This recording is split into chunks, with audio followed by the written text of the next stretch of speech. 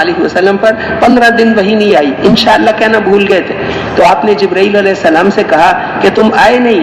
انہوں نے کہا کہ میرا بہت دل کر رہا تھا لیکن میں آسمانوں سے آپ کے پروردگار کے حکم کے بغیر 1 انچ بھی نیچے نہیں آ سکتا. وما نتنزل الا بامر ربک، آپ کے پروردگار کے حکم کے بغیر ہم نہ نیچے آ سکتے ہیں نہ اوپر جا سکتے ہیں. سب سے بڑی مخلوق ہے وہ، اس کی بھی مرضی نہیں چلتی، اس کی مرضی نہیں چلتی. یہ بڑے بڑے فرشتے اللہ نے نظام بنائے ہیں. اللہ فرشتہ دانا آتا ہے گندم کا، اس دانے کو کس تک پہنچانا ہے؟ روزی اللہ پہنچاتے ہیں، اس کے غیبی نظام سے روزی ملتی ہے. یہ روزی کس تک پہنچے گی؟ اللہ جل شانہ نے طے کیا ہوا ہے، اسی کے غیبی نظام سے روزی ملتی ہے. اگر زمین اور آسمان سے ہم تمہیں روزی دینا بند کر دیں تو رب العالمین کے علاوہ کون ہے جو تمہیں روزی دے لے گا؟ ایک دانہ بھی کہیں سے نہیں ملے گا. روزی اللہ دیتے ہیں، پانی اللہ دیتے ہیں. یہ ساری ضرورتیں ہمارے ایک ایک عضو کی ہزاروں ضرورتیں ایسی ہیں جن کا ہمیں پتہ بھی نہیں اور اللہ پوری بھی کر رہے ہیں. رب کہتے ہیں ہر ایک کی ہر ضرورت کو پورا کرنے والا. یسألہ من فی السماوات والارض، زمین اور آسمان کی ساری مخلوق اسی سے مانگتی ہے. سب مانگنے والے ہیں، وہ دینے والے ہیں، اس کے خزانوں میں کوئی کمی نہیں آتی. جو نہ مانگے اس سے ناراض ہوتے ہیں، مانگنے والے سے خوش ہوتے ہیں. اللہ سے لینا ہے، اللہ سے ہمارا تعلق ہو لینے کا، کیونکہ اللہ نے خزانے اپنے لیے نہیں بنائے. اللہ کے خزانے ہیں اور وہ خزانے اپنے لیے نہیں بنائے، ہمارے لیے بنائے ہیں. ہم فائدہ نہ اٹھائیں تو وہ ہماری غلطی ہے. اللہ نے خزانے اپنے لیے بنائے ہیں. عبادات کو مضبوط کر کے اللہ سے لینا ہے اور بندوں کو دینا ہے. بندے دینے سے خوش ہوتے ہیں، اللہ لینے سے خوش ہوتے ہیں. اللہ سے لینا اور مخلوق پر خرچ کرنا، مخلوق پر خرچ کرنا. حضور صلی اللہ علیہ وسلم طائف میں کہ 100 اونٹ معاویہ کو دے دو، 100 اونٹ ابو سفیان کو دے دو، 100 اونٹ اس کو دے دو، 100 اونٹ حکیم بن حزام کو دے دو. ان کا جی میں تو آپ کا رشتہ دار بھی لگتا ہوں، حضرت خدیجہ میری پھوپھی تھی، کہ اس کو 200 اونٹ دے دو، اس کو 10,000 بکریاں دے دو، صفوان بن امیہ کو اتنے اونٹ دے دو. دے رہے ہیں. آپ نے گھر میں روٹی بھی نہیں، دے رہے ہیں دے رہے ہیں دے رہے ہیں، خرچ کر رہے ہیں خرچ کر رہے ہیں. خرچ کرنا تو خرچ کرنا. ہاں ان اللہ یأمرکم بالعدل والاحسان، اللہ تمہیں حکم دیتے ہیں. خیر یہ تو اخلاق کی بات ہے. اللہ سے لینا ہے، اللہ سے لینا ہے اور بندوں پر خرچ کرنا ہے، بندوں کو دینا ہے. وہ لینے سے خوش ہوتے ہیں، اللہ دینے سے خوش ہوتے ہیں. تو عبادت کو مضبوط کر کے اللہ کو راضی کرو اور اخلاق کو اچھا بنا کر مخلوق کو خوش کرو، کیونکہ مخلوق خوش ہوگی تو اللہ خوش ہوگا. اللہ فرماتے ہیں الخلق عیال اللہ، مخلوق ساری میرا کنبہ ہے. جو میرے کنبے کے ساتھ اچھا سلوک کرو. لوگوں کے محبوب بننے سے، ایک حدیث میں آتا ہے لوگوں کے محبوب بننے سے بے پرواہ نہ بنو. حضرت عمر رضی اللہ عنہ کو جب خنجر اس نے زخمی کیا گیا، نماز پڑھا رہے تھے تو ایک مجوسی نے آ کر زخمی کر دی. تو حضرت عبداللہ ابن عباس کو بھیجا کہ جاؤ دیکھ کر آؤ لوگوں کا کیا حال ہے، میرے مرنے سے خوش ہو رہے ہیں یا کیوں؟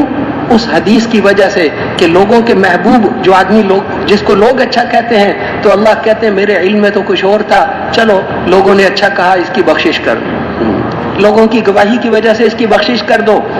اس لیے حضرت عمر نے بھیجا کہ جاؤ مدینے کا چکر لگا کر آؤ، میں مرنے لگا ہوں، لوگوں کا کیا حال ہے. انہوں نے آ کر بتایا کہ امیر المومنین پورا مدینہ ایسے رو رہا ہے جیسے ان کا باپ مر گیا ہو. باپ کے مرنے پر بھی اتنا نہیں روتے جتنا آپ کے مرنے پر رو رہے ہیں. امہات المومنین بھی رو رہی ہیں، امہات المومنین سے لے کر ہر انسان تک سارے کا الحمدللہ. ٹھیک ہے، یہ نہیں کہ میرے مرنے پر خوش ہوتے، ایسا نہیں ہے، چلو ٹھیک ہے. اور تو اس لیے لوگوں کا محبوب اللہ کے محبوب بھی بنے. اللہ کے محبوب بنیں گے عبادت مضبوط کر کے اللہ سے لے کر، اور بندوں کے محبوب بنیں گے بندوں کے ساتھ ان پر خرچ کر کے، ان کے ساتھ اچھا سلوک کر کے، اچھے اخلاق کے ساتھ. تو اس لیے اب یہ احکامات ہیں. تو بات چل رہی تھی کہ اللہ پر ایمان، فرشتوں پر ایمان اور کتابوں پر، آسمانی کتابوں پر ایمان، یہ ایمان کے جز ہیں.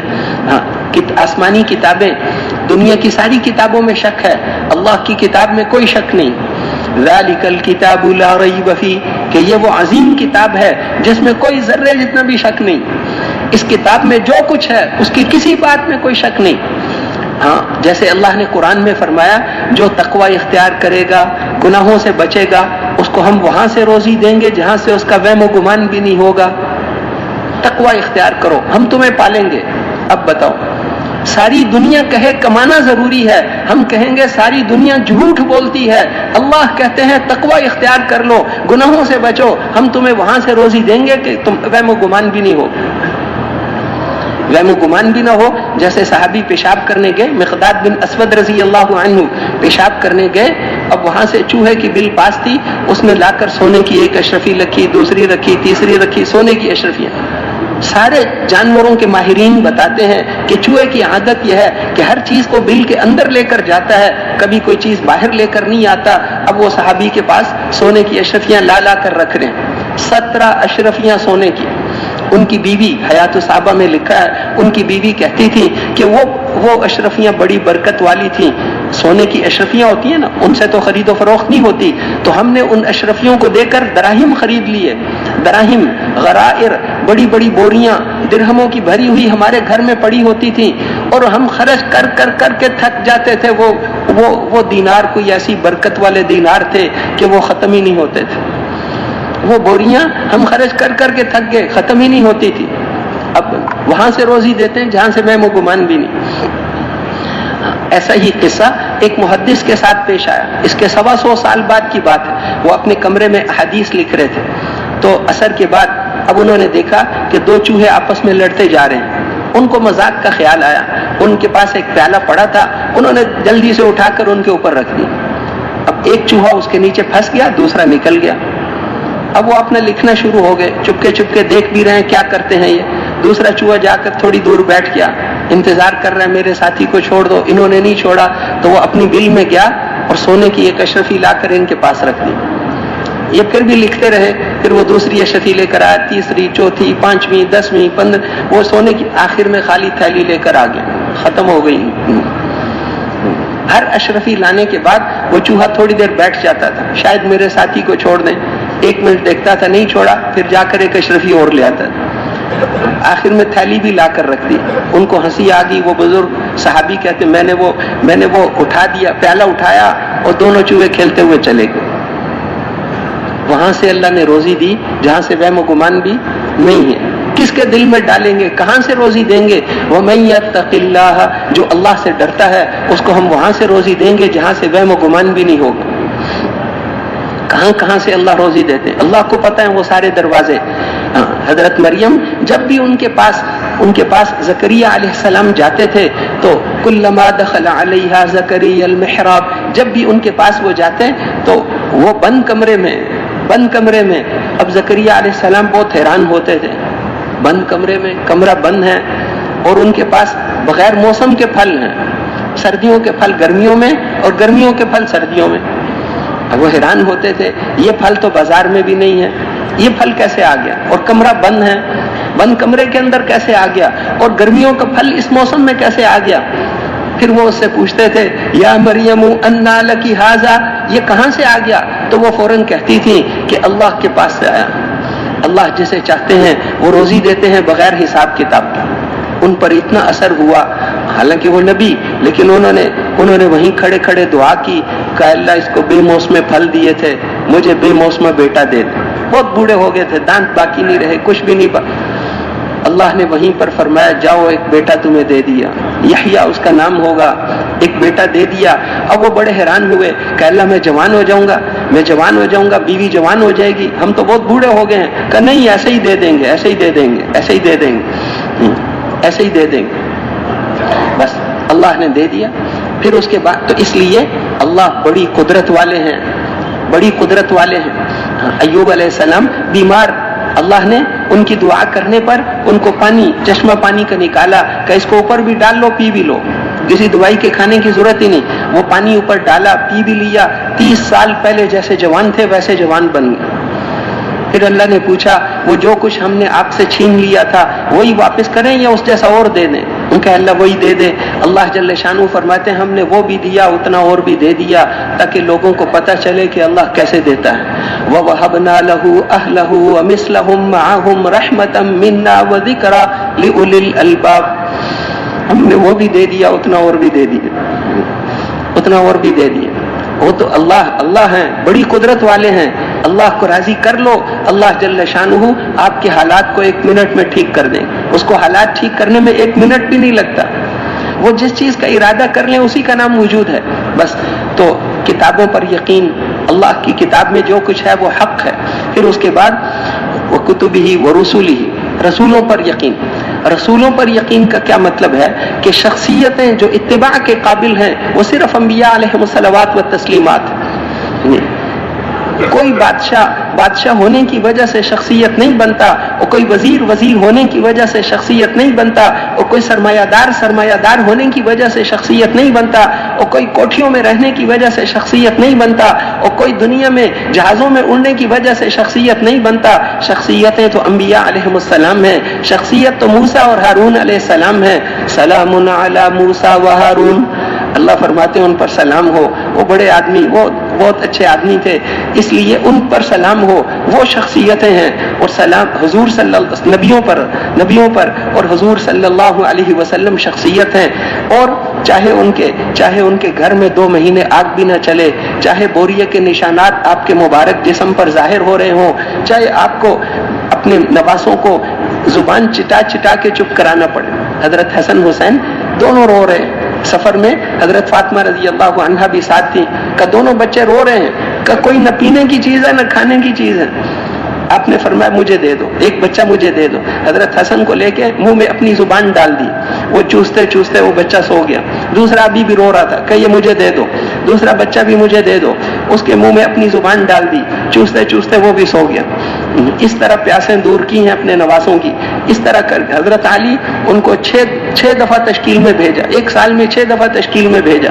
کھانے کو کچھ نہیں ہے, غریب آدمی کے ہو بیٹی دے دی.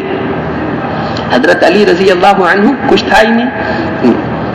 ساروں نے نکاح کے پیغام بھیجے حضرت فاطمہ کو, حضرت ابوبکر نے, حضرت عمر نے, نہیں, سب کو نہیں. تو صحابہ نے بیٹھ کر آپس میں مشورہ کیا. انہوں نے کہا ہر ایک کو نہیں حضور فرماتے ہیں, صرف ایک حضرت علی رہ گئے ہیں, لگتا ہے ان کی انتظار میں ہے, وہ جاتے نہیں. تو سب ساتھی مل کر گئے, وہ تو سب ایک دوسرے کے خیرخواہ تھے. انہوں نے آ کے کہا کہ بھائی تیری انتظار میں ہے, ہم سب کہہ چکے, سب کو نہ ہو گئی, اب تم جاؤ. میں کیسے جاؤں, میرے پاس تو 1 روپیہ بھی نہیں, کچھ ہے ہی نہیں, شادی کے لیے تو کچھ خرچہ چاہیے. انہوں نے کہا اللہ کے بندے جاؤ تو صحیح. انہوں نے زور لگا کر بھیج دیا. اب وہاں جا کر بیٹھے ہوئے ہیں, حضور کے پاس بیٹھے ہوئے ہیں. آپ نے فرمایا کہ علی کیسے آئے؟ چپ. آپ نے فرمایا فاطمہ کی بات کرنے آئے ہو؟ کہ جی ہاں. ان کا تیرے پاس کچھ ہے؟ ان کا کچھ نہیں. آپ نے فرمایا وہ زرہ دی تھی تمہیں, مال غنیمت میں سے 1 زرہ تمہیں دی تھی, ہاں لڑائی میں جو پہنتے ہیں. ان کا ہاں وہ ہے, وہ گھر میں پڑی ہوئی ہے, کہ لے کر آؤ, اس کو بازار میں لے جاؤ, بیچ کر آؤ, مہر ہے, ضرورتیں ہیں. وہ بازار میں گئے, آگے حضرت عثمان رضی اللہ عنہ مل گئے. کیسے آئے ہو؟ کہ وہ حضور کی بیٹی کے ساتھ نکاح کی بات, دوسری بیٹی ان کے نکاح میں تھی, وہ کہا کہ وہ نکاح کی بات چل رہی ہے. حضور نے فرمایا کہ یہ زرہ بیچ کر آؤ. وہ کہا مجھے ہی بیچ دو. 480 درہم کی انہوں نے خرید لی, 480 درہم بھی دے دیے. جب وہ جانے لگے انہوں نے کہا کہ یہ تمہارے کام آئے گی, یہ بھی لے جاؤ, پیسے بھی لے جاؤ, زرہ بھی لے جاؤ. وہ واپس آئے حضور کے پاس, پیسے بھی 480 درہم دے دیے, زرہ بھی. آپ نے فرمایا یہ کیا ہوا؟ انہوں نے عرض کیا کہ حضرت عثمان بازار میں مل گئے تھے, زرہ کی قیمت بھی دے دی, زیادہ دے دی, اور زرہ بھی مجھے ہدیہ کر دی. اچھا چلو. حضرت عمر رضی اللہ عنہ کا کہا اتنے پیسوں سے تم خوشبو خرید کر لاؤ. حضرت ابوبکر کو کہا تم کپڑے خرید کر لاؤ, اور تم فلاں چیز فلاں آدمی, یہ باقی پیسے 400 درہم یہ مہر بن گئے. اس آدمی کو بیٹی دی, اس آدمی کو بیٹی دی جس کا کچھ بھی نہیں, جس کے پاس کچھ بھی نہیں. اور پھر وہاں پر جو ہے ان کے ساتھ کیسا رویہ اور ساری چیز, ان کو 2-3 چیزیں دے دی. ہم کہتے ہیں جہیز دیتے تھے, باقی بیٹیوں کو کیوں نہیں جہیز دیا؟ ان کو جہیز دیا اس لیے کہ حضرت علی آپ کی پرورش میں رہتے تھے. شروع سے آپ نے اپنے چچا سے بات کی تھی, حضرت خدیجہ کے ساتھ شادی کر کے آپ مالدار ہو گئے تھے. تو آپ نے چچا عباس کو کہا کہ میں اور آپ دونوں مالدار ہیں, اور ابو طالب جو ہیں چچا میرے وہ بہت غریب ہیں, ہم ان کی اولاد بہت ہے, 4 بیٹے ہیں, ہم ان کو تقسیم کر لیتے ہیں تاکہ ان پر بوجھ کم ہو. تو انہوں نے کہا ٹھیک ہے چلو بات کرتے ہیں. انہوں نے جا کر بات کی تو ابو طالب نے فرمایا ٹھیک ہے, عقیل کو میرے لیے چھوڑ دو، ایک بیٹا باقی تم لے لو۔ تو حضرت علی حضور کے حصے میں آ گئے، بچپن سے ان کی تربیت آپ نے کی تھی، اس لیے ان کو جہیز میں 2-3 چیزیں بیٹی کو، ایک نیچے تکیا، ایک ایسی چیز، کچھ ایک چکی اور کچھ 2-4 چیزیں دے دی، اس لیے کہ اس کے پاس تو کچھ تھا ہی نہیں، اس لیے ان کو یہ چیزیں دے دی، باقی بیٹیوں کو نہیں دی۔ خیر، مقصد یہ ہے کہ سادگی سے شادی کرنا، اپنی معاشرت کو سادگی والا بنانا، یہی صحابہ کو سکھا کر گئے۔ حضرت عائشہ رضی اللہ عنہا فرماتی تھی، ایک جوڑا تھا میرے پاس، مجھے ہدیے میں ملا تھا، مدینے میں جس عورت کی شادی ہوتی تھی وہ میرے سے کپڑے مانگ کر لے جاتی تھی، برکت بھی آ جائے گی اور شادی بھی گزر جائے گی۔ ایک جوڑے میں 150 عورتوں کی شادیاں ہو گئی۔ پھر فرماتی تھی، ہمارے جسم نے کبھی سونا نہیں دیکھا تھا، لیکن اللہ کی قسم ہماری زندگی جنت جیسی زندگی تھی، ایسے تھی جیسے ہم جنت میں رہتے ہیں۔ اب بتاؤ، دنیا کی چیزیں نہیں تھیں، لیکن ایمان اور اعمال کی وجہ سے وہ فرماتے تھے ہماری زندگی جنت جیسی زندگی تھی، جنت جیسی زندگی تھی۔ تو اس لیے یہ اعمال تو نبیوں، انبیاء علیہم السلام شخصیت ہیں، اور جو ان کے رنگ میں رنگا ہوا ہوگا وہ بھی شخصیت بن جائے گا۔ حضرت ابو بکر صدیق رضی اللہ عنہ ان کے رنگ میں، حضور کے رنگ میں رنگے ہوئے تھے۔ وہ کہتے تھے صحابہ کے سامنے آئینہ، حضور صلی اللہ علیہ وسلم کے سامنے آئینہ رکھو۔ علماء بھی فرماتے ہیں کہ وہ اس کے اندر جو صورت آئی وہ ابو بکر ہیں اور آپ اصل وہ حضور ہیں۔ ان کی زندگی حضور کی زندگی کا نمونہ تھی، آپ کی زندگی کا نمونہ تھی۔ ایک آدمی آیا ان کے زمانے میں کہ مجھے حضور جیسی نماز سیکھنی ہے، حضور والی نماز سیکھنی ہے۔ لوگوں نے کہا وہ ابو بکر نماز پڑھ رہے ہیں، اللہ اکبر سے سلام پھیرنے تک، ان کی نماز میں اور حضور کی نماز میں کوئی فرق نہیں، ان کی نماز کو دیکھ لو، ان کی نماز کو دیکھ لو، حضور والی نماز ہے، حضور صلی اللہ علیہ وسلم والی۔ تو زندگی انہی جیسی، انہی سے سارا کچھ، انہی کی زندگی کو اپنایا۔ بدر میں حضرت علی رضی اللہ عنہ نے ایک دفعہ پوچھا، اپنے زمانے خلافت میں منبر پہ لوگوں سے پوچھا کہ مجھے یہ بتاؤ صحابہ میں سب سے زیادہ بہادر کون تھا؟ تو بعض لوگوں نے کہا کہ آپ ہی ہیں، آپ ہی ہیں، اس لیے کہ عمرو ابن عبد ود 1000 آدمیوں سے لڑنے والا پہلوان تھا، حضرت علی رضی اللہ عنہ نے اس کے 2 ٹکڑے کر دیے تھے۔ مرحب خیبر میں 2 ٹکڑے کر دیے تھے۔ عثمان ابن طلحہ 1000 سے لڑنے والا 2 ٹکڑے کر دیے، جس سے بھی لڑے تو وہ بہت لڑائیں۔ لوگوں نے کہا کہ آپ ہی سب سے بڑے بہادر صحابی، انہوں نے فرمایا کہ نہیں، یہ جواب نہیں ہے ان کا۔ میں تو ان کو کہا کہ اللہ کا شکر ہے میں جس سے بھی لڑا ہوں کبھی ہارا نہیں ہوں، لیکن میں تمہیں بتاتا ہوں کہ سب سے بہادر تو حضرت ابو بکر تھے، اس لیے کہ مکے میں جب شروع میں حضور نے دعوت والی محنت کی تو لوگ آ کر آپ کو تکلیفیں پہنچاتے تھے، اس وقت سوائے ابو بکر کے کوئی ان کافروں کو نہیں چھوڑاتے تھے، یہ ان میں گھس جاتے تھے اور ان کو کہتے تھے اتقتلون رجلا ان یقول ربی اللہ، تم اس لیے ان کو مارتے ہو کہ کہتے میرا رب اللہ ہے۔ حضرت عبداللہ ابن مسعود اور دوسرے لوگ کہتے، وہ تو غریب تھے، وہ کہتے ہم تو آگے بڑھنے کی ہمت ہی نہیں کرتے تھے، بڑے بڑے سردار ہیں، اب حضور کو مار رہے ہیں، ہم کیا کریں؟ حضرت ابو بکر جا کر ان کو دور کرتے تھے، اتقتلون رجلا ان یقول ربی اللہ، اس لیے مارتے ہو کہ کہتے میرا رب اللہ ہے، کوئی اور بات ہے تو بتاؤ نا۔ بس پھر حضرت علی نے فرمایا ہاں کہا کہ بدر کی رات میں بھی میں نے دیکھا تھا، یہ کہا گیا کہ حضور کے پہرے پر، حضور کے پہرے پر کون لگے گا؟ آپ کا خیمہ جہاں لگایا گیا ادھر کافر ہیں، ادھر مسلمان ہیں، اب رات کو خطرہ ہے۔ تو انہوں نے فرمایا اللہ کی قسم سوائے ابو بکر کے کوئی نہیں اٹھا تھا، ساری رات تلوار دے کر کھڑے رہے، کہیں کوئی آواز آتی تھی تو وہاں جا کر اس خطرے کو دیکھتے تھے۔ اور ہجرت کی رات میں کبھی حضور کے آگے کبھی حضور کے پیچھے، کہ جب آگے کے دشمنوں کا خیال آتا ہے تو آگے چلتا ہوں، پیچھے کے کافروں کا خیال آتا ہے تو آپ کے پیچھے پیچھے چلتا ہوں تاکہ آپ کو کوئی تکلیف نہ پہنچے۔ اس لیے انہوں نے کہا پھر ان کے سب سے بہادر وہی تھے، انہوں نے اس دن حضور کی مدد کی تھی جس دن ان کی مدد کرنے والا کوئی نہیں تھا۔ پھر اس کے بعد کہا کہ یہ بتاؤ کہ وہ فرعون کی قوم، یہ لفظ اصل میں فرعون کی قوم کا ایک آدمی تھا جو چپکے سے ایمان لایا تھا، وہ یہ جملہ کہا کرتا تھا جو حضرت ابو بکر صدیق رضی اللہ عنہ جو جملہ سرداروں کو کہتے تھے، یہ جملہ اصل میں فرعون کی قوم کے ایک آدمی کا تھا، اللہ نے قرآن میں اس کو نقل کیا۔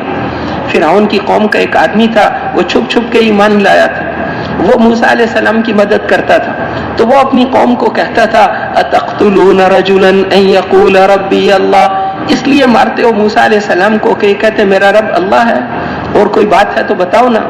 یہی جملہ حضرت ابوبکر بھی کہتے تھے. تو حضرت علی نے پھر لوگوں سے کہا کہ مجھے یہ بتاؤ کہ وہ آدمی، وہ فرعون کی قوم کا وہ آدمی بہتر تھا یا ہمارے حضرت ابوبکر بہتر ہیں؟ حضرت علی جب سنا رہے تھے تو روایت وہ بھی رو رہے تھے صحابہ. پھر حضرت علی نے فرمایا کہ میں تمہیں بتاتا ہوں اللہ کی قسم، اس فرعون کی قوم کے آدمی سے اگر ساری دنیا بھی اس جیسوں سے بھر جائے ہمارے حضرت ابوبکر کے برابر نہیں ہو سکتی. اس نے تو ایمان چھپا کر رکھا، اس نے اپنا ایمان چھپا کر رکھا، انہوں نے چھپایا نہیں. انہوں نے پہلے دن سے ماریں کھائیں، ایسی ماریں کھائیں کہ ناک منہ برابر ہو جاتے تھے. یہ چھپانے والے نہیں تھے. اس جیسے آدمیوں سے، فرعون کی قوم کے رجل مؤمن سے ساری دنیا بھی بھر جائے ہمارے حضرت ابوبکر کے برابر نہیں ہو سکتے. حضرت ابوبکر انہوں نے اس وقت خرچ کیا جب کوئی خرچ کرنے والا نہیں تھا، اس وقت لگایا، اس وقت آپ کی مدد فرمائی جب کوئی مدد کرنے والا نہیں تھا. پہلے دن سے ساتھ دینا شروع کیا اور آخری دن تک ساتھ دیا. حضرت ابوبکر کی جو وفات بھی ہوئی آپ کے جانے کے، دنیا سے جانے کے 2-2.5 سال بعد، تو علماء نے لکھا ہے کہ ان کی وفات کا سب سے بڑا سبب حضور کی جدائی کو برداشت نہ کرنا تھا. ظاہری طور پر اس وقت آپ ٹھیک تھے، حضور کی وفات پر سب کا برا حال تھا، صرف ایک آدمی صحیح کیفیت میں تھا، صرف ایک آدمی اس دن ٹھیک تھا، اور وہ حضرت ابوبکر رضی اللہ عنہ، تاکہ امت کو سنبھال سکیں. حضرت عمر فرماتے تھے میں اس دن سمجھ گیا تھا کہ حضور کے بعد امت کو سنبھالنے والا ابو بکر کے علاوہ کوئی اور نہیں ہو سکتا.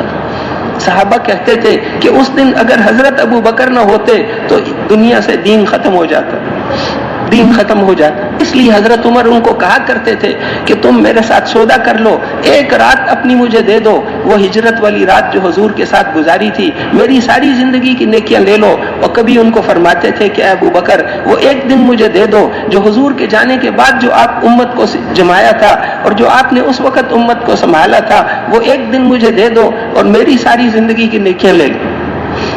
میں سمجھتا، وہ کہتے تھے میں سمجھ گیا تھا اس دن ابو بکر کے علاوہ کوئی امت کو نہیں سنبھال سکتا تھا. پہلے تو حضرت اسامہ رضی اللہ عنہ کے لشکر کو روانہ کرنے کا وقت آیا تو لوگوں نے کہا کہ بالکل روانہ نہیں کرنا چاہیے.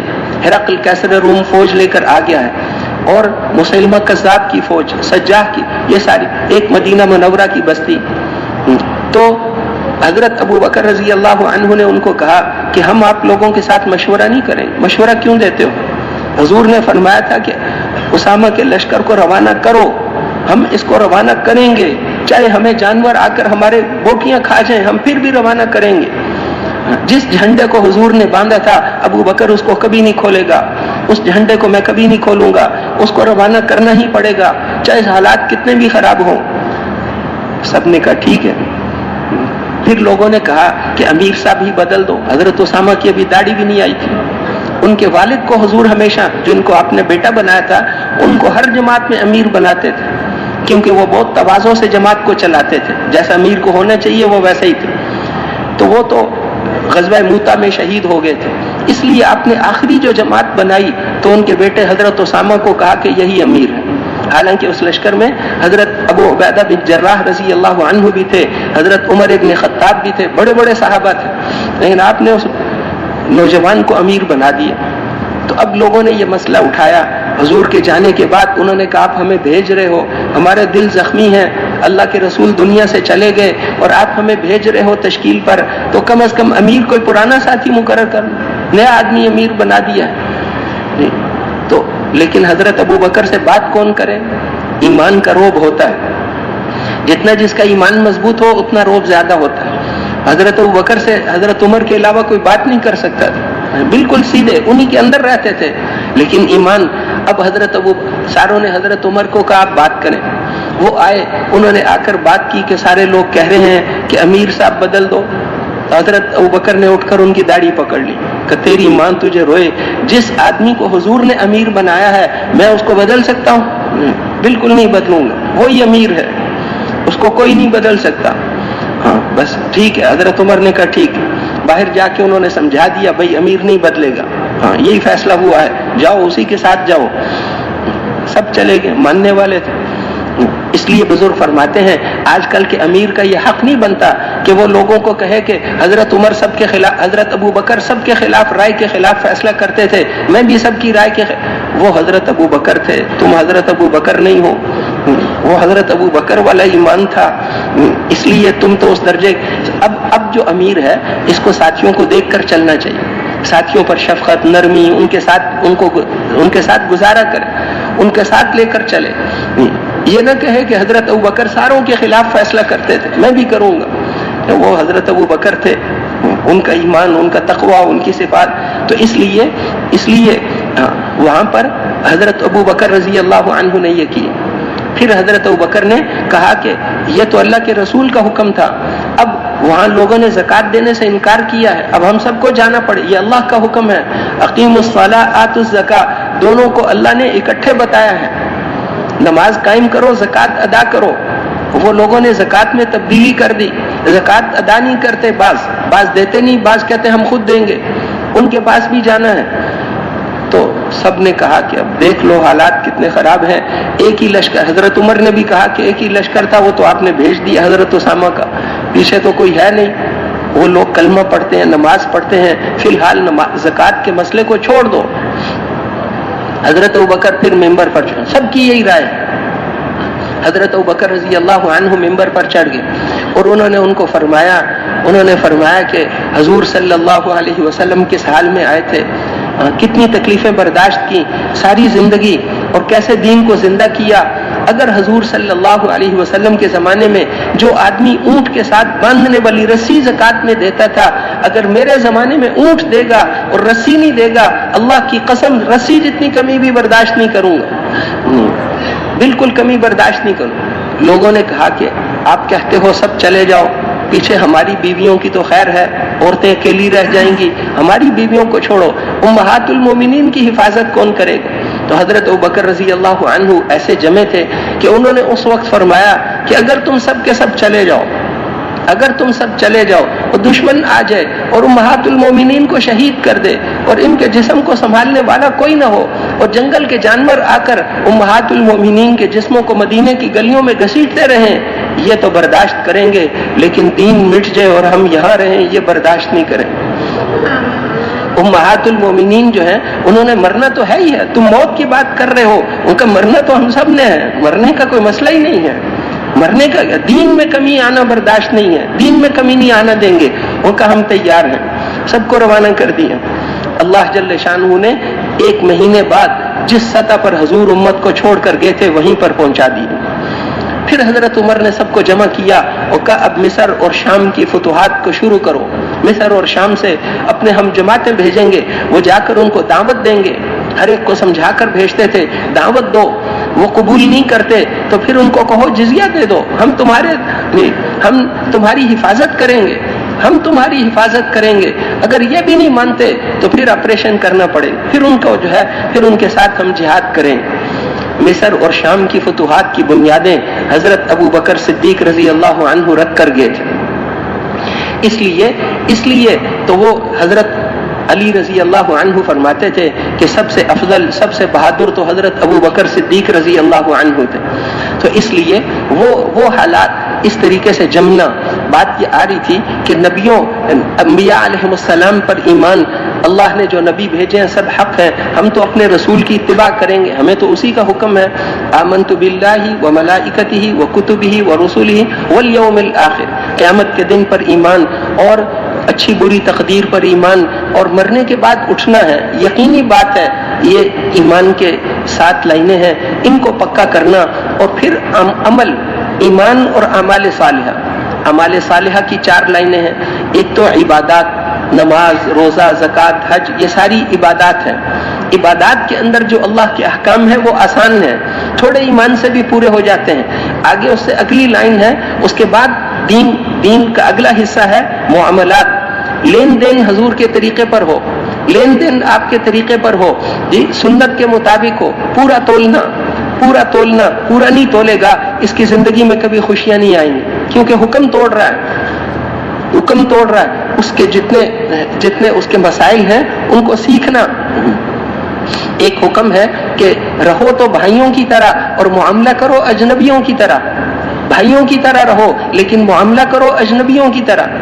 باپ ہوتا ہے, باپ کے کاروبار میں بیٹا بھی شریک ہو جاتا ہے, ویسے ہی چلتا رہتا ہے. بعد میں دوسرا بیٹا آ جاتا ہے, تیسرا بیٹا آ جاتا ہے. حالانکہ شروع سے حکم ہے, طے کرنا چاہیے کہ یہ بیٹا اس کے ساتھ کیوں شریک ہوا.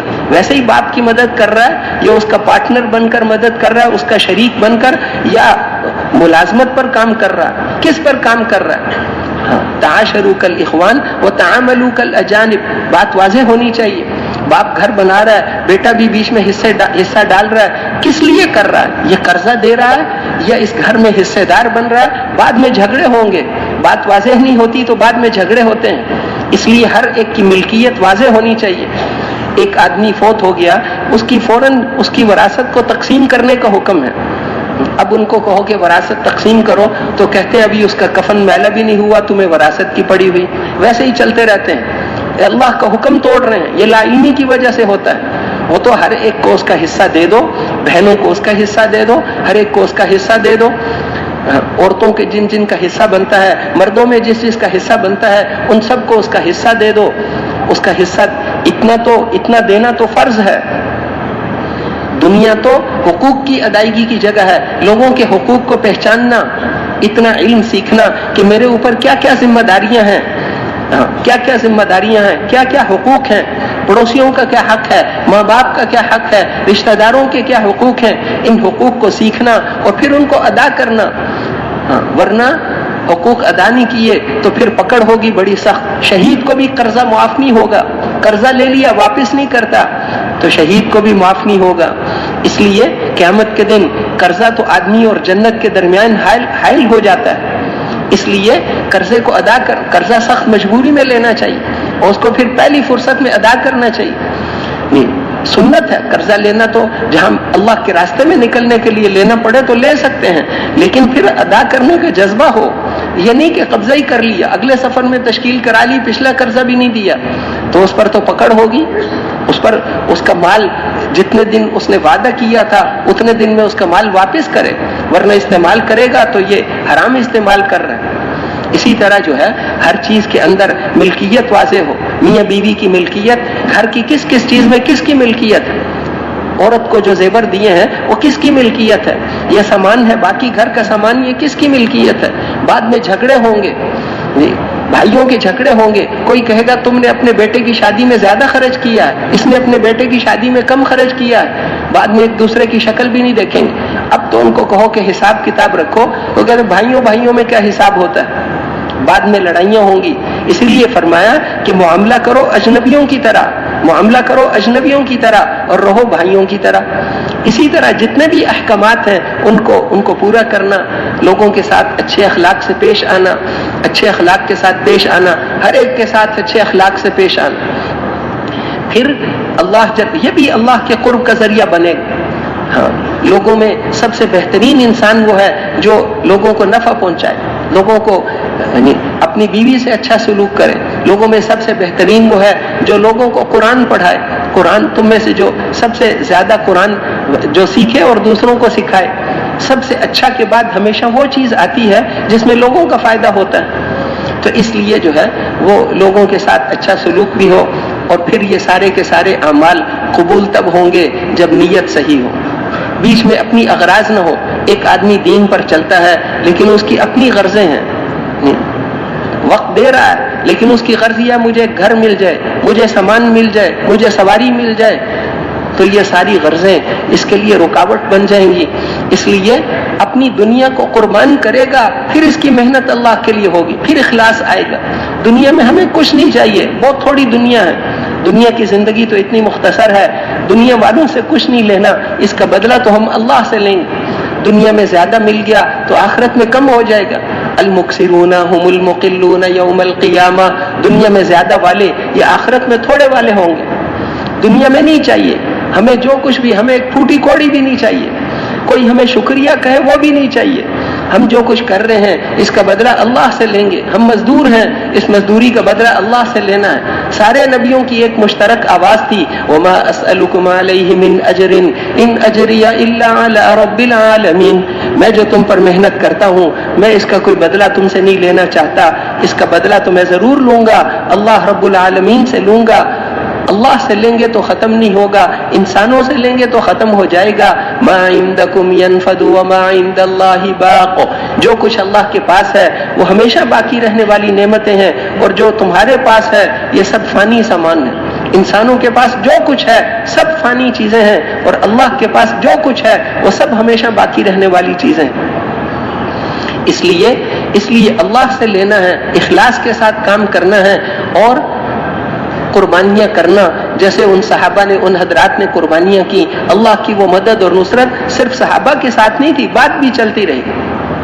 3 طالب علموں کا قصہ آتا ہے قرآن وہ اس میں روایتوں میں، تاریخ کی کتابوں میں، کہ حسن بن سفیان، ایک طالب علم تھا حسن بن سفیان، اور اس کے 2 ساتھی تھے۔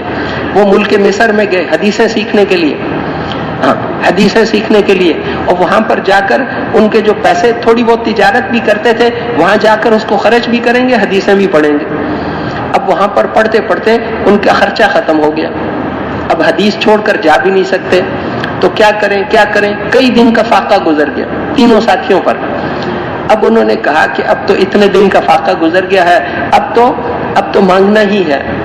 مانگے کون؟ مانگنا بہت بڑا عیب تھا، کوئی ساتھی تیار نہیں، مانگنے کے لیے کوئی تیار نہیں۔ ان کا قرعہ ڈالیں گے۔ قرعے میں حسن بن سفیان کا نام نکلا۔ 3 نوجوان تھے ساتھی، حدیث پڑھتے پڑھتے جب بھوک آ گئی، کئی دن گزر گئے، اب اس کا نام نکلا کہ یہ جا کر مانگے۔ اب تو سوال کرنا بھی جائز ہو گیا ہے، اتنے دن کا فاقہ ہے، اب کس سے سوال کرو؟ اس نے جا کر ایک ویران مسجد دیکھی، وہاں نفلوں پہ نفل نماز۔ اے اللہ کیسے مانگوں؟ مجھے بہت شرم آتی ہے، آپ سے ہی مانگتا ہوں۔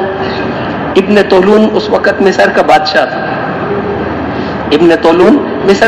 تھا، اس نے رات کو وزیر کو بلایا، اس کو بلا کر اس کا بادشاہ کا خون نکل رہا تھا۔ اس نے کہا کیا ہوا؟ اس نے کہا ایک آدمی، بہت بڑا آدمی تھا، مجھے ایسے لگتا تھا جیسے آسمان زمین کے درمیان، اس کے پاس ایک نیزہ تھا۔ اس نے مجھے پہلے کہا کہ ادرک الحسن ابن سفیان واصحابہ قبل ان یموتوا، حسن بن سفیان اور اس کے دونوں ساتھیوں کو مرنے سے پہلے جا کر ان کو کچھ کھانا پہنچاؤ۔ اب میں حیران، کون حسن بن سفیان اور کون نہیں؟ کہتا ابھی میں دیکھ ہی رہا تھا، اتنے میں وہ میرے دیوار تک پہنچ گیا، یہاں کھڑا ہو کے بھی مجھے یہی کہا، میں ابھی اس کو گھور رہا تھا، اتنے میں وہ میرے پاس آ گیا اور مجھے یہاں پر مارا، ہلکا سا خون نکل رہا ہے، دیکھو بادشاہ کا خون بہ رہا ہے۔ ان کا مجھے آ کر وہ کہہ رہا ہے پتہ کرو کیا ہوا ہے، حسن بن سفیان تلاش کرو۔ وہ پہنچ گئے جہاں حسن بن سفیان اور اس کے ساتھی، وہاں وہ وزیر پہنچ گیا۔ حسن بن سفیان کون ہے؟ حسن بن سفیان، وہ حسن بن سفیان، اس نے کہا میں ہی ہوں۔ طالب علم تھے، اس نے کہا کہ یہ اتنے 1000 درہم ہیں، یہ بادشاہ نے بھیجے ہیں اور یہ کھانا ہے، یہ تو تم کھا لو اور بادشاہ صبح خود آئے گا، تمہاری پڑھائی کا بندوبست کرنے کے لیے بادشاہ صبح خود آئے گا۔ ایسی نماز پڑھی کہ اس کو بادشاہ کو سوتے ہوئے اللہ نے اٹھا دیا۔ اب وہ وزیر کھانا بھی لے آیا، سب کچھ۔ اب ان طالب علموں نے مشورہ کیا کہ ہم تو حدیث کا سبق چھوڑ کر نہیں جا رہے تھے، اب ہماری تو مشہوری ہو جائے گی، لوگ کہیں گے کہ بادشاہ آیا ہے، بادشاہ ان کو کھانا دینے آیا ہے۔ اب راتوں رات بھاگ جاؤ، مصر چھوڑ کے بھاگ جاؤ، مشہوری سے تو اللہ ہمیں بچائے، وہ مشہور تو ہونا نہیں چاہتے تھے، اور رات کو ہی وہ بھاگ گئے، مصر چھوڑ کر چلے گئے۔ صبح کو بادشاہ آیا، اس نے پتہ کیا کہاں ہیں، بہت تلاش کیا، نہیں ملے، پورے شہر کو چھان مارو، دروازوں کو چیک کرو، ہر جگہ پہ کوئی نہیں ملے۔ تو بادشاہ نے کہا کہ اچھا لگتا ہے وہ مشہور نہ ہو جائیں، اس ڈر سے بھاگ گئے، جو خزانہ میں لے کر آیا تھا ان کو دینے کے لیے، اب وہ خزانہ میں واپس نہیں کروں گا، اس کا مدرسہ بنا دو۔ ایک بازار اس نے خریدا، اس پورے بازار کو مدرسہ بنا دیا۔ دوسرا بازار خریدا کہ اس کی آمدنی ساری اس مدرسے پر خرچ ہوگی۔ وہ مصر کا پہلا مدرسہ تھا، جامع ابن طولون، آج کل جو جامع ازہر کے نام سے ہے، جامع ازہر یہ اس بادشاہ نے ابن طولون نے بنایا تھا، اور امام طحاوی اور بڑے بڑے لوگوں نے اس مدرسے میں پڑھا۔ اس مدرسے میں وہ مدرسہ جو ان دعاؤں کی بنیاد پر بنا تھا، اس دعا کی بنیاد تو اللہ آج بھی کرتے ہیں، ہمارے اللہ آج بھی اسی طاقت والے ہیں جیسے حضور ہمارے اللہ جس طاقت اور قدرت کے ساتھ حضرت نوح علیہ السلام کے زمانے میں تھے، وہ جس طاقت اور قدرت کے ساتھ حضرت ابراہیم علیہ السلام کے زمانے میں تھے، اور ہمارے اللہ جس طاقت اور قدرت کے ساتھ حضرت موسیٰ علیہ السلام کے زمانے میں تھے، اور جس طاقت اور قدرت کے ساتھ حضرت عیسیٰ علیہ السلام کے زمانے میں تھے، اور ہمارے اللہ جس طاقت اور قدرت کے ساتھ حضرت محمد الرسول اللہ صلی اللہ علیہ وسلم کے زمانے میں تھے، جس طاقت اور قدرت کے ساتھ بدر والے دن تھے، ہمارے اللہ آج بھی اسی طاقت اور قدرت کے ساتھ ہیں۔ ہمارے اللہ نعوذ باللہ بوڑھے نہیں ہوتے، کمزور نہیں ہوتے، اس کی طاقت میں کوئی کمی نہیں آتی، وہ آج بھی اسی طاقت اور قدرت کے ساتھ ہیں۔ اللہ کے وعدے کبھی تبدیل نہیں ہوتے، جیسے نمک کی تاثیر نہیں بدلی، اللہ کے وعدے کیسے بدل سکتے ہیں؟ آج بھی اللہ نے ہمیں وہ سارے اسباب دیے ہیں جو صحابہ کرام کو دیے تھے۔ اگر ہم بھی ایمان اور ایمان کو پکا کریں گے اور اعمال پر محنت کریں گے تو وہ نتیجہ حضور صلی اللہ علیہ وسلم والی محنت کو کریں گے، تو جس زمانے میں بھی حضور والی محنت آپ والے طریقے پر ہوگی، اللہ وہی نتیجہ نکالیں گے جو حضور صلی اللہ علیہ وسلم کے زمانے میں نکالا تھا۔ وہ نتیجہ کیا تھا؟ اذا جاء نصر اللہ والفتح، اللہ کی مدد آ گئی، مکہ فتح ہو گیا، وَرَأَيْتَ النَّاسَ يَدْخُلُونَ فِي دِينِ اللَّهِ أَفْوَاجًا، آپ دیکھ رہے ہیں کہ لوگ فوج در فوج دین اسلام میں داخل ہو رہے ہیں۔ تو اب آپ پھر اللہ کی تسبیح کرو، استغفار شروع کر دو، استغفار شروع کر دو۔ اس صورت میں آپ کی وفات کی خبر تھی، سب سے آخری صورت یہی نازل ہوئی، سب سے آخری صورت استغفار، آخر میں استغفار ہمیں سکھانے کے لیے بتا رہے ہیں۔ تو اس لیے جس زمانے میں بھی حضور والی محنت کو آپ والے طریقے سے کریں گے، اللہ وہی نتیجہ نکالیں گے جو حضور کے زمانے میں نکالا تھا۔ اس لیے کہ ایٹم بم اور تلوار میں تو فرق ہو سکتا ہے، لیکن اللہ کے سامنے یہ دونوں چیزیں برابر ہیں۔ جیسے تلوار کچھ نہیں کر سکتی اللہ کے حکم کے بغیر، ایسے بڑے سے بڑا ایٹم بم بھی کچھ نہیں کر سکتا۔ ساری اللہ جل شانہ اس کو حکم دیں کہ ایٹم بم تو ایک تنکے جیسا بن جا اور کسی انسان کو تکلیف نہ دے، تو وہ بم پھر کوئی نقصان نہیں پہنچائے گا۔ ایٹم بم سے وہ نہیں ہوگا جو بنانے والے چاہتے ہیں، اس سے وہ ہوگا جو اللہ چاہتے ہیں۔ کوئی فوجی حکومت ہمارے حالات ٹھیک نہیں کر سکتی، کوئی سول حکومت حالات ٹھیک نہیں کر سکتی، حالات تو اللہ ٹھیک کرتے ہیں۔ کن اعمال پر کرتے ہیں وہ اعمال بتائیں، ایمان اور اعمال صالحہ پر اور اس دین کی محنت پر اللہ جل شانہ کی مدد اور نصرت ساتھ ہوتی۔ حضور صلی اللہ علیہ وسلم کی ختم نبوت کی وجہ سے وہ کام اس امت کے ذمے ہے، یہ میری اور آپ کی ذمہ داری ہے۔ اللہ نے وہ ذمہ داری ہمیں دی، جو ذمہ داری نبیوں کو دے کر بھیجا کرتے تھے، ختم نبوت کی وجہ سے وہ کام اللہ نے اس امت کے ذمے لگایا ہے۔ وَكَذَلِكَ جَعَلْنَاكُمْ أُمَّةً وَسَطًا لِتَكُونُوا شُهَدَاءَ عَلَى النَّاسِ وَيَكُونَ الرَّسُولُ عَلَيْكُمْ شَهِيدًا، ہم نے تمہاری امت کو ساری امتوں میں سے افضل امت بنایا ہے تاکہ تم قیامت کے دن لوگوں کے گواہ بنو اور حضرت محمد صلی اللہ علیہ وسلم تمہارے گواہ بنے۔ ساری دنیا کے انسانوں کے پاس جانا ہے، ان سے کچھ لینے کے لیے نہیں جانا۔ اے امریکہ، چین، روس، جاپان والوں، دنیا کی ساری حکومتوں والوں، تمہیں تمہاری حکومتیں مبارک ہو اور تمہیں تمہارے سامان مبارک ہو، ہمیں تمہاری کسی چیز کی ضرورت نہیں، کلمہ پڑھ لو تاکہ جہنم سے بچ کر جنت میں چلے جاؤ۔ ہم ساری دنیا کے انسانوں کے خیر خواہ ہیں، ساری دنیا کے انسان ان کی آخرت سنور جائے، جہنم سے بچ کر جنت میں جانے والے بن جائیں۔ اس تھوڑی سی زندگی میں تکلیف برداشت کر لو، مرنے سے تمہارا اکرام شروع ہوگا اور ایسی نعمت شروع ہوگی، ایسی عید شروع ہوگی جو عید کبھی بھی ختم نہیں ہوگی۔ رمضان ایک مہینہ صحیح گزارو تو ایک دن کی عید ملتی ہے، اور اگر پوری زندگی رمضان جیسی بنا لو اللہ کے حکموں کو پورا کرنے والی، تو موت سے وہ عید شروع ہوگی جو کبھی ختم ہی نہیں ہوگی۔ رمضان صرف رمضان کے لیے نہیں ہوتا، زندگی کو رمضان جیسا بنانا۔ نماز صرف نماز کے وقت کے لیے نہیں ہوتی، اسلامی مزاج زندگی نماز والا ہے۔ نماز کسے کہتے ہیں؟ سر سے لے کر پاؤں تک اللہ کے حکم کے مطابق اپنے آپ کو استعمال کرنا، تو پورے جسم کو اللہ کے حکم کے مطابق استعمال کرنا، خود بھی اپنے اندر یہ صفات پیدا کرنا اور ساری دنیا کے انسانوں کے پاس اس پیغام کو لے کر جانا، یہ ہماری ذمہ داری ہے۔ اور اللہ کی مدد ہمارے ساتھ ہے، داعی کے ساتھ اللہ کی مدد ہوتی، تو ساری دنیا میں جائیں گے انشاءاللہ۔ ہر سال 4 مہینے کون کون لگائے گا انشاءاللہ؟ ہر سال 4 مہینے، ہر سال 4 مہینے، ہر سال 4 مہینے، اللہ قبول فرمائے۔ اور میں اگلا تقاضا یہ ہے کہ جو بھائی 4 مہینے سے کم وقت کے لیے آئے ہیں وہ 4 مہینے پورے کر کے جائیں۔